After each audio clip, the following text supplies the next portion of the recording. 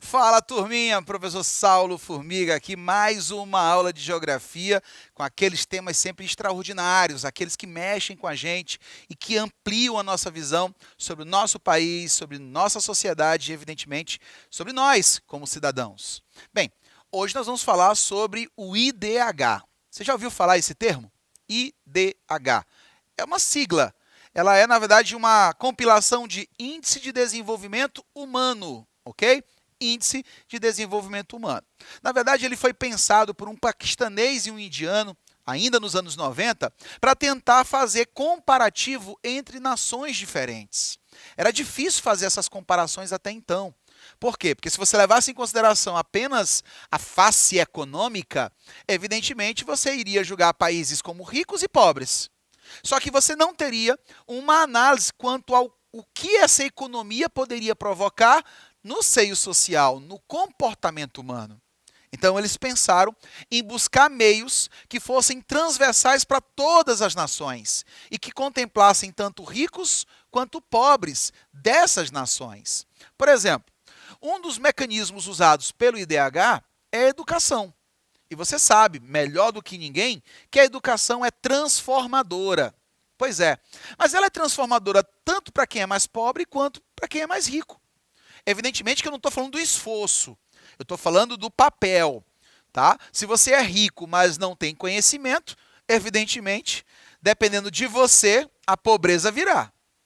Agora, se você é pobre e tem acesso à educação e, claro, resiste, luta bravamente, há uma chance muito grande de você romper essa bolha da pobreza.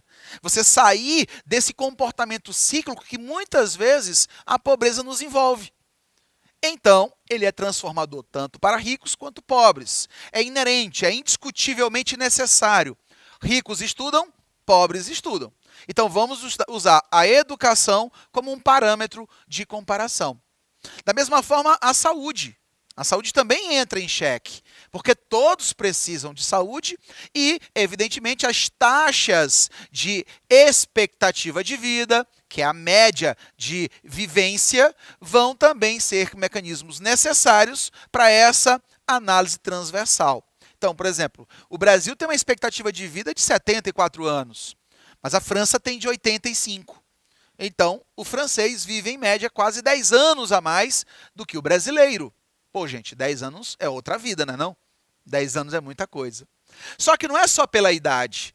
Tem que se levar em consideração também a qualidade de vida para poder fazer com que esse índice seja realmente um índice de grande poder comparativo. É claro que, como todos os índices, este também tem as suas limitações.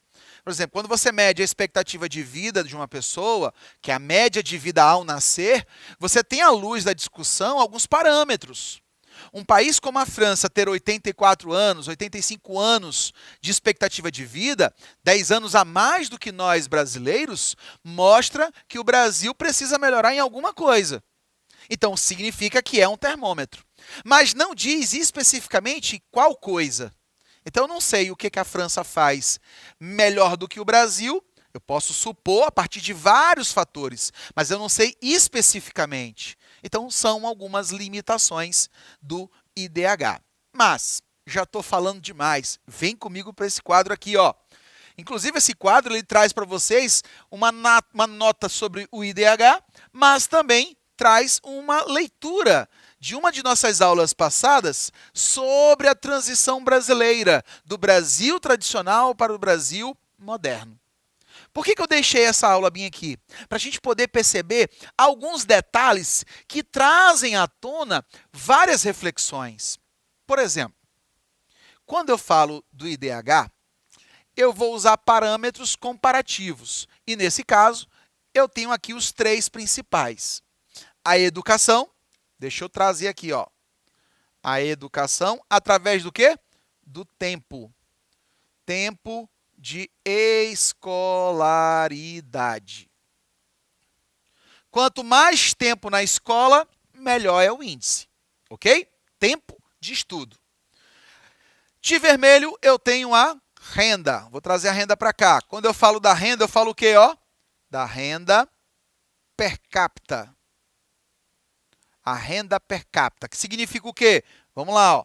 Renda per capita significa dividir o PIB, o Produto Interno Bruto, pelo número de habitantes. É apenas uma média. Pega o total de receita produzida pelo país, o total de riquezas, por exemplo, Brasil, 7 trilhões, e pega o número de brasileiros, mais de 210 milhões de brasileiros. Então, eu vou dar uma média aí de um pouco mais de 30 mil para cada pessoa. Evidentemente que você não recebe 30 mil. Eu não recebo 30 mil, não é? Nossos produtores não recebem 30 mil, nosso intérprete não recebe 30 mil. Ou recebe? Recebe intérprete? Não, né? Então, se a gente não recebe 30 mil, eu te pergunto, cadê meus 30 mil que estavam aqui? Quer dizer que alguém está recebendo 60, 90, 120, 200 e nós estamos ficando com a sobra.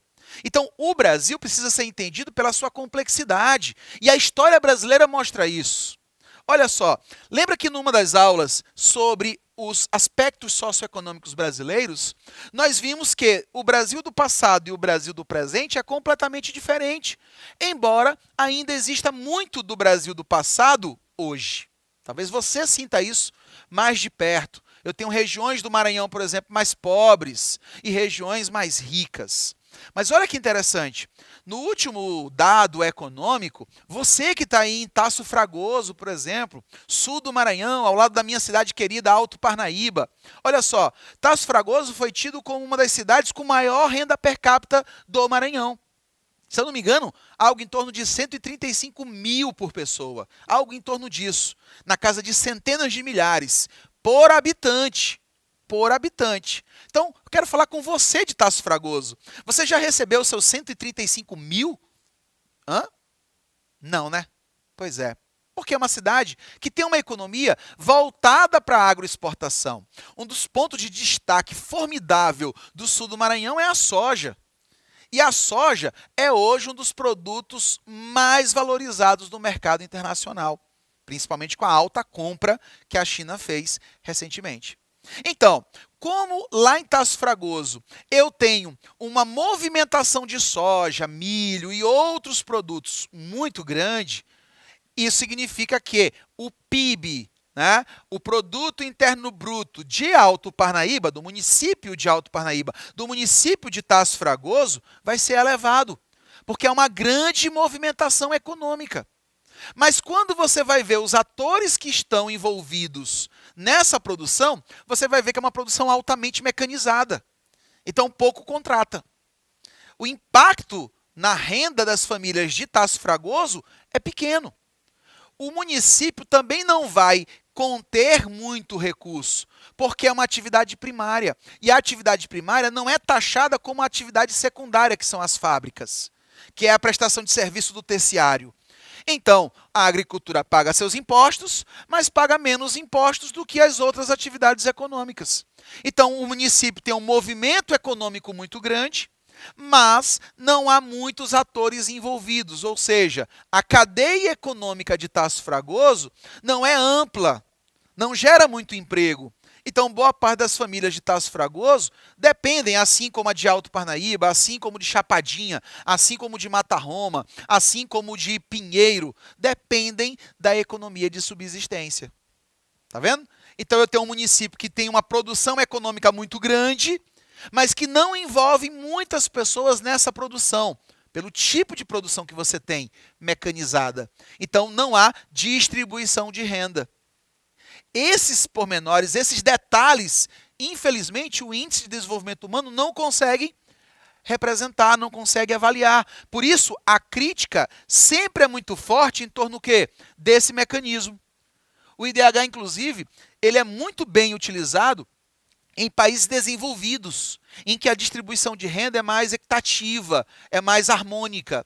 Se você pegar, por exemplo, a Noruega, que é o primeiro país em DH, você vai pegar a Finlândia, você pegar a Islândia, que são países com excepcionais qualidade de vida, você vai ver que a distorção socioeconômica é pequena. Quer dizer que eu não tenho muitos ricos e muitos pobres, ou poucos ricos demais e muitos pobres. Você tem pessoas que vivem praticamente no mesmo patamar de ganhos. Evidentemente, eu tenho milionários e ricos, mas esse número não destoa dos números de pobres, famigerados ou de extrema pobreza, como é o caso do Brasil.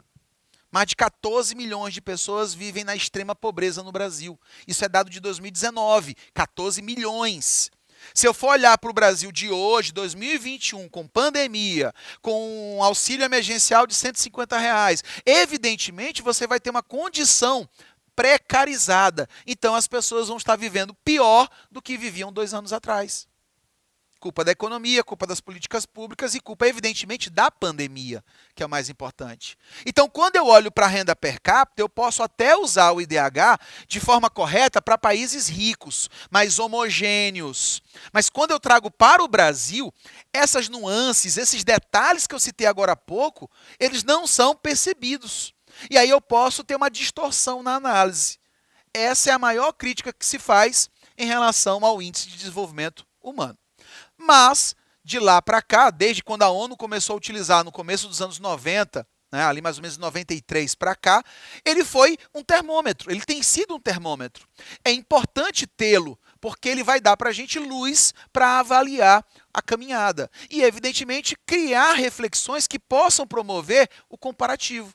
Então, peraí, a França vive 84 anos, nós vivemos 72, 73, então por que estamos vivendo 10 anos a menos?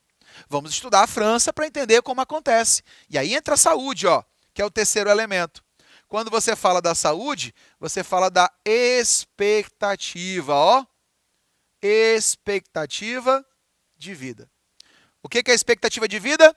É a longevidade. Quanto tempo nós vivemos no país?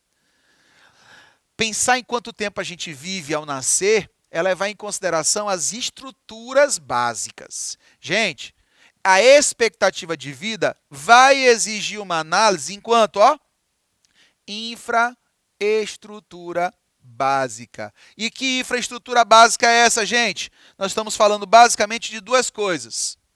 Saneamento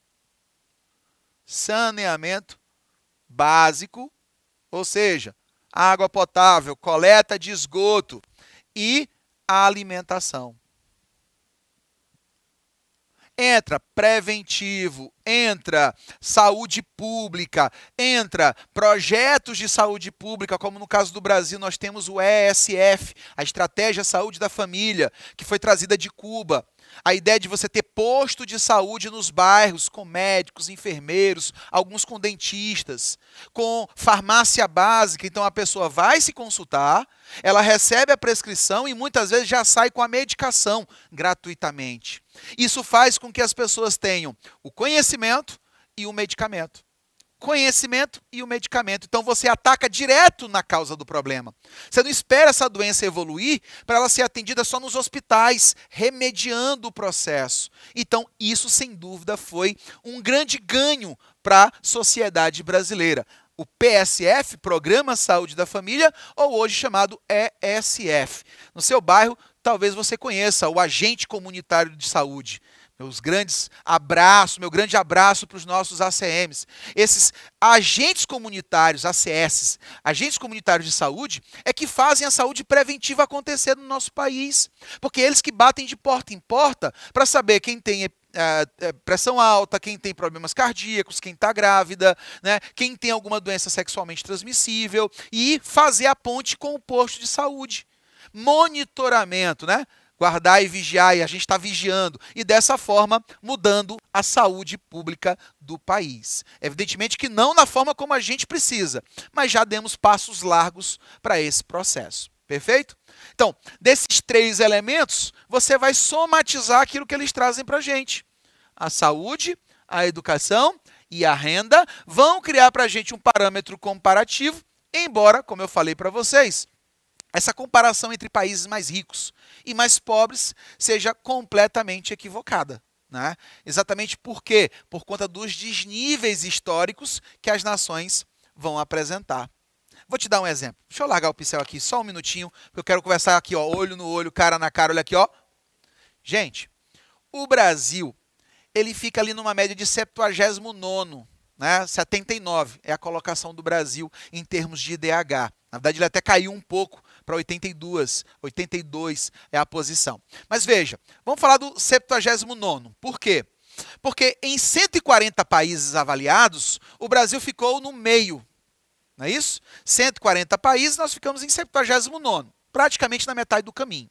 Não estamos entre os melhores e não estamos entre os piores. Somos medianos. Mas não dá para aceitar ser mediano num país que era, na época, a 7ª maior economia do mundo. É como se você tivesse um grande salário, mas vivesse uma vida medíocre. Se eu ganho muito, evidentemente eu tenho acesso a melhores estruturas. Mas se eu ganho muito, mas gasto de maneira desordeira, evidentemente eu não vou ter a qualidade de vida que eu deveria ter. Perfeito?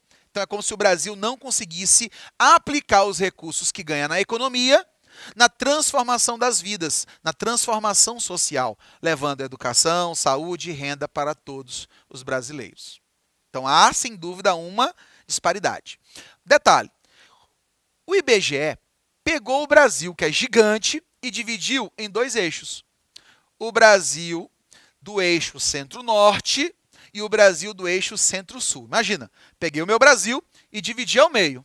O Brasil mais arcaico, o Brasil mais moderno, segundo alguns. O Brasil mais arcaico e o Brasil mais moderno foram vistos como países independentes, hipoteticamente falando. Se o Brasil fosse só o centro-norte, segundo o IDH, segundo todos esses parâmetros, o centro-norte seria um Brasil melhor do que a posição 79 ou pior do que a posição 79. Deu para entender?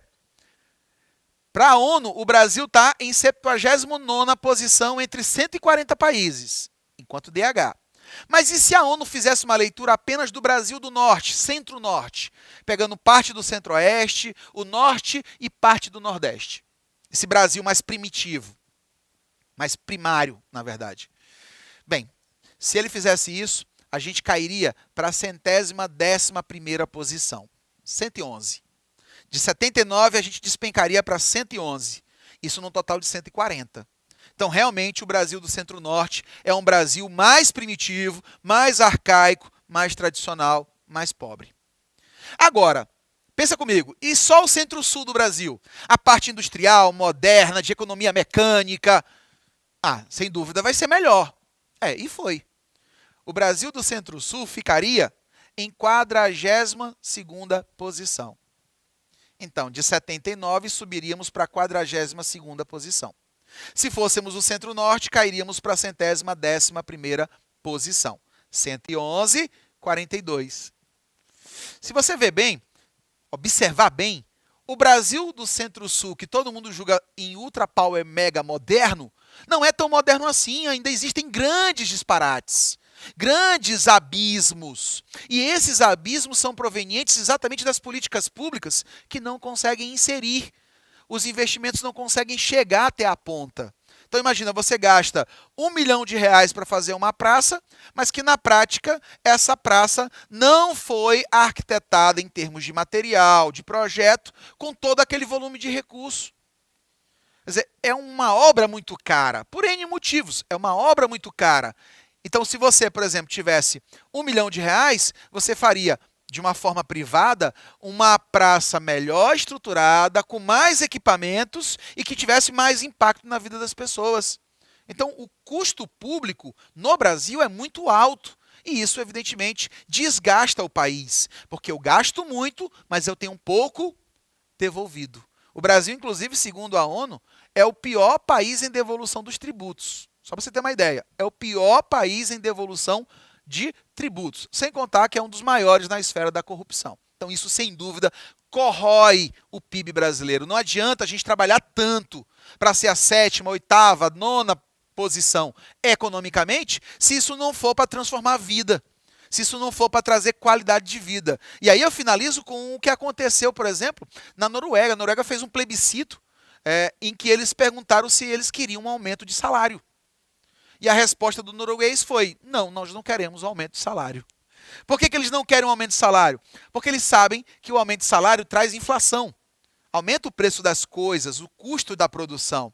E da forma como eles vivem hoje, eles conseguem atender às suas necessidades. E com louvor, com qualidade. Então isso é um nível de cidadania muito crítica e ampla que a gente, infelizmente, está muito longe de atingir. Perfeito? Eu fico por aqui. Espero que você tenha gostado desse bate-papo e até a próxima aula. Tchau!